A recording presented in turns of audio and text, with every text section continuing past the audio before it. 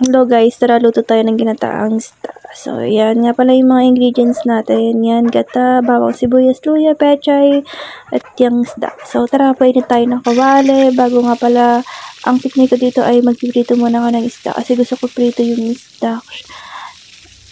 Pero kung ano yung gusto nyo, pwede din namang lutuin nyo na hindi piniprito. Pero ako kasi gusto ko nang piniprito siya.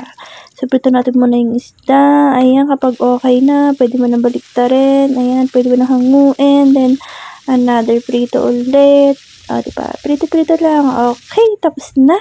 Ayan. So, ang ginawa ko, nilagay ko muna yung pechay sa ilalim bago ko nilagay yung isda na pinrito ko kanina. And then, tatakpan mo ulit yan ng pechay. Diba? Takpan mo lang yan. Then, lagay mo na lahat ng bawang, sibuyas. Ay, gata pala muna. Ayan. Lagay mo yung gata. Ayan, may konting tubig para medyo madami. And then, yan na. Nilagay natin ng bawang, sibuyas, luya.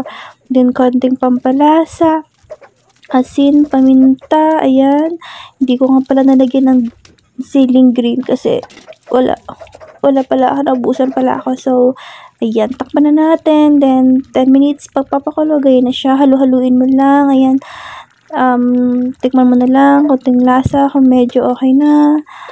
Ayan, takpan mo na ulit. Then, pakuluan ng konti hanggang sa manuot ang gata sa isda. Ayan, hanggang sa nagmamantika na talaga siya at sobrang sarap niya na kainin. So, ayan na siya guys. Tcharan! So, tara, kain na tayo!